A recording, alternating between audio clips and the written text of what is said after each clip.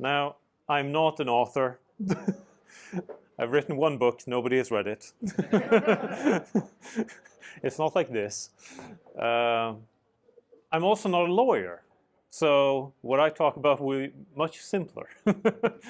And hopefully it's going to be interesting to you as well. So I'm none of those things. I'm neither an author nor a lawyer, but I do have two things. I do have like something simple that you can think about after you leave here. And I have a nice story about a David and Goliath type of situation. So my goal with this talk is to inform you about digital sovereignty. Now, you've been informed about that all evening, but I come from this researchy background, so I have sources. So when you get these slides, if you want to look stuff up afterwards, you can read more about it, and also how it relates to open source. Now, I'm a huge proponent of open source, as is Pluto and everybody else, besides you, Andre. Okay. So my goal of this talk is to inform you about open source and how it can contribute to digital sovereignty. Who am I and why should you listen to me? Well, I honestly don't know why you should listen to me besides the fact that I stand here in front of you. But if you give me, I don't know, like what, 20 minutes or something, then I hope you learn at least something new. I'm a senior cloud architect at Elasticsearch. It should stand like this, like it's some superhero type of thing. What we do is we offer fully managed Kubernetes platforms on EU clouds. For instance, the European cloud, Cloud. I've been working in cloud computing since 2008. I have a PhD in computer science, mainly related to clouds. And I have a background as a software developer, DevOps engineer, doing distributed systems, etc. Please connect with me on LinkedIn. I'd love to keep in touch. I talk about all kinds of techie stuff, but also compassionate leadership. Right, so digital sovereignty. I know we've had several sort of definitions for this evening. I don't need to be careful with my words. So I pulled out a statistic that says that 92% of all Western Hemisphere data is hosted on US-owned cloud servers, or US-owned servers at least. 92%. That's a lot.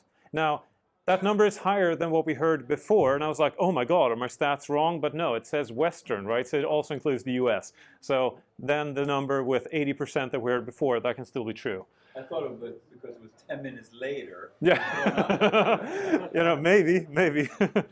Yeah, exactly. So many people have uploaded to YouTube, it's increased now. We also heard that the US has privacy invasive legislation that is extraterrestrial. What does that mean? Well, it applies to data that is on US-owned servers, regardless of where they happen to be in the world. And that's by design. You can read these sources. You can tell by the domain names that I put in there that it's not, you know, some weird blog from some conspiracy theorist. This is actually from the NSA, the Congress, well, and then the NSA again. And at least to me, I like these simple definitions, right? To me, digital sovereignty is about taking responsibility for our data again. So we used to be very responsible with our data because data was, you know, the thing that you had in your server room.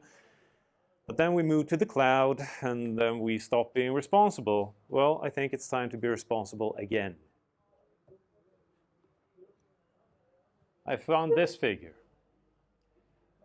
So there's a lot of economic interest to have cloud services. So this is a huge trend in society right now. We want to use the cloud, right? So this is where we put our data. You see this is a projection. This was done in 2019. They projected it 7 years ahead of time, you know, back when they thought about stuff. That probably changed due to the last year's, you know, situation with all kinds of stuff going on. 2019. They had no idea about the pandemic even, right?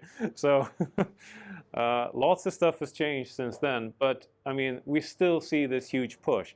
We want to use cloud services. That's obvious.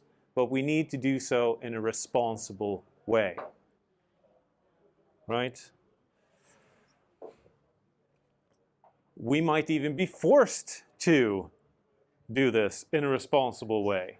So there's this NIS2 directive. I'm sure we can get a much smarter definition of it than what I can produce, but it basically makes it kind of illegal to not take cybersecurity seriously.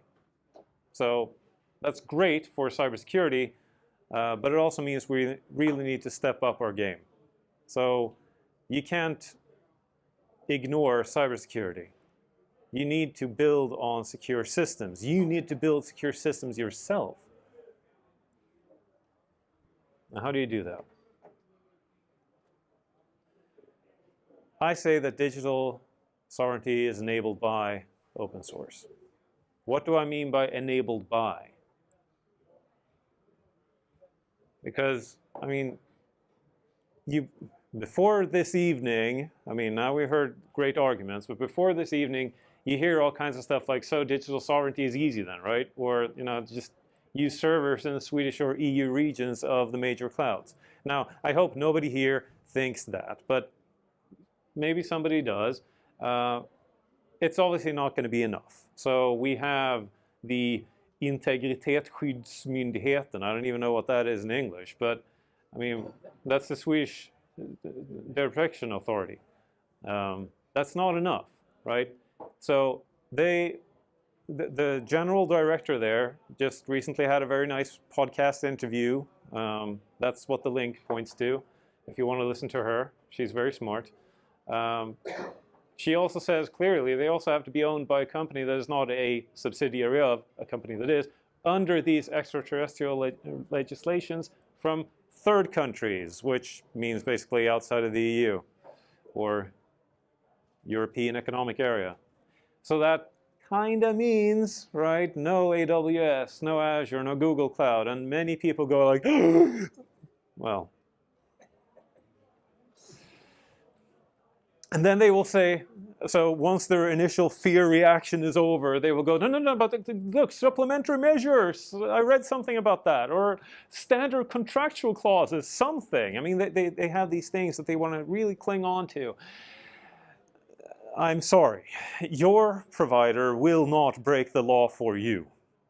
All right? So if by law they have to give out data, they will.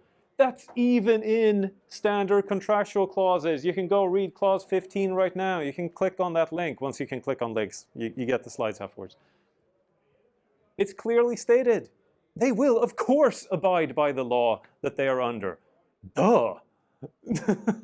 I hope that's not a surprise to anyone in here. So, okay, but what does supplementary measure mean? So can't I somehow use these services anyways? I mean, surely there must be a way, right? Well, European Data Protection Board, they have recommendations. You can click on that link as well. Basically, you have to protect your data from your provider in that case. Essentially, you need to encrypt data off cloud and then never make the key available to that cloud provider. That's ridiculous because that turns the provider into a fancy file server, right? Because if they're supposed to host your database, they need to be able to actually read the contents of the database. How else is that database going to answer any questions? So it's just going to be a big fancy file server. And then what's the point? Honestly. Okay, but Swedish or EU owned servers then? Yes. Now we're actually getting somewhere. Again, European cloud.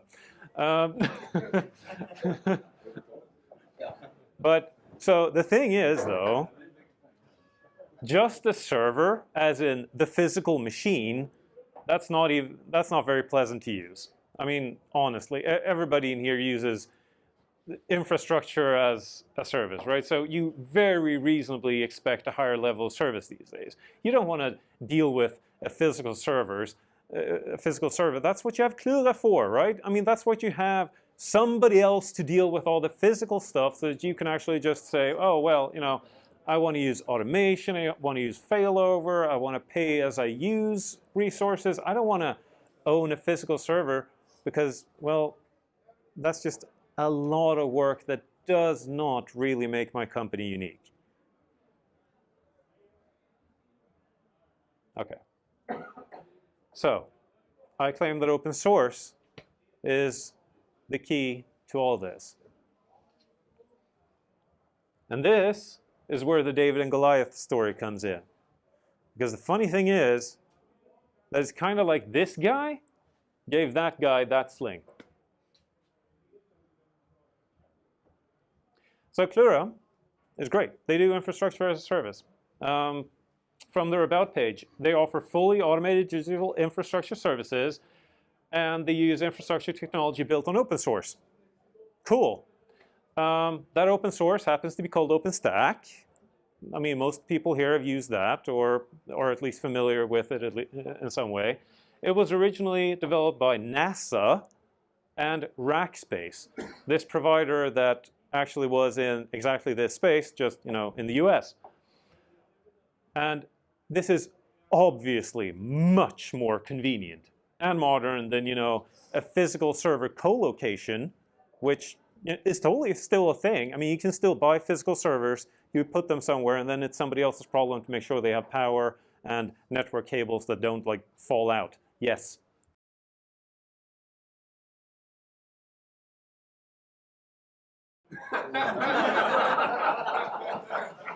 How much did you pay? It's actually only the About page, and it's honestly, guys, it's not a whole lot more than that. Sorry, marketing team. But so it's much more convenient and modern than just placing a physical server somewhere, obviously. So it's super nice that you're able to say, I want to have this many virtual machines, and yeah. I mean, and connect them with virtual networks and do virtual everything, and then I just pay for whatever I used. That's really convenient. But now I'm going to stop making just ads for them. I need to also talk about Kubernetes and spread the good word about Kubernetes.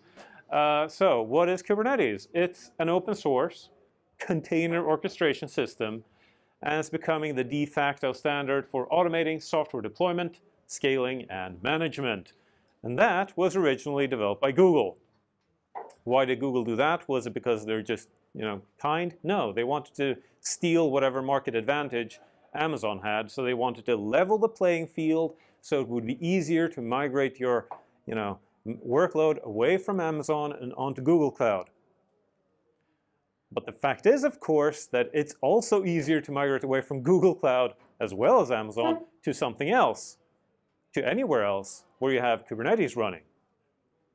Yeah, I'm not going to say their name again.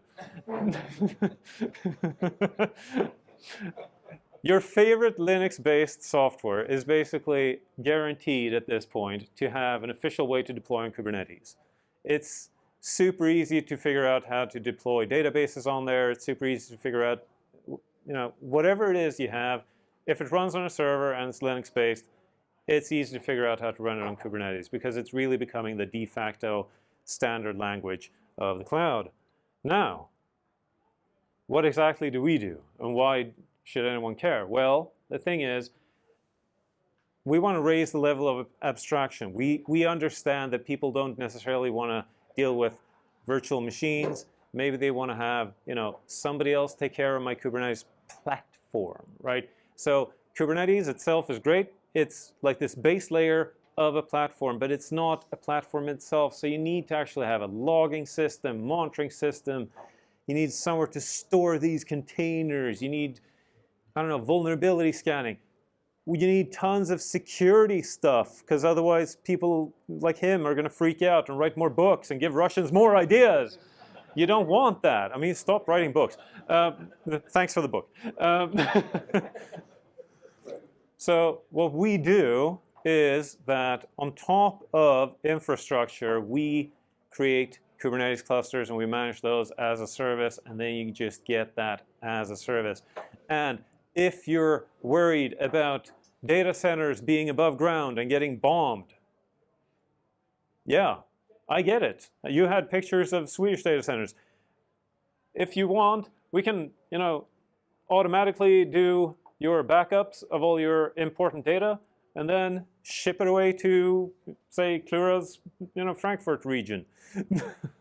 So that at least then they have to bomb a NATO country.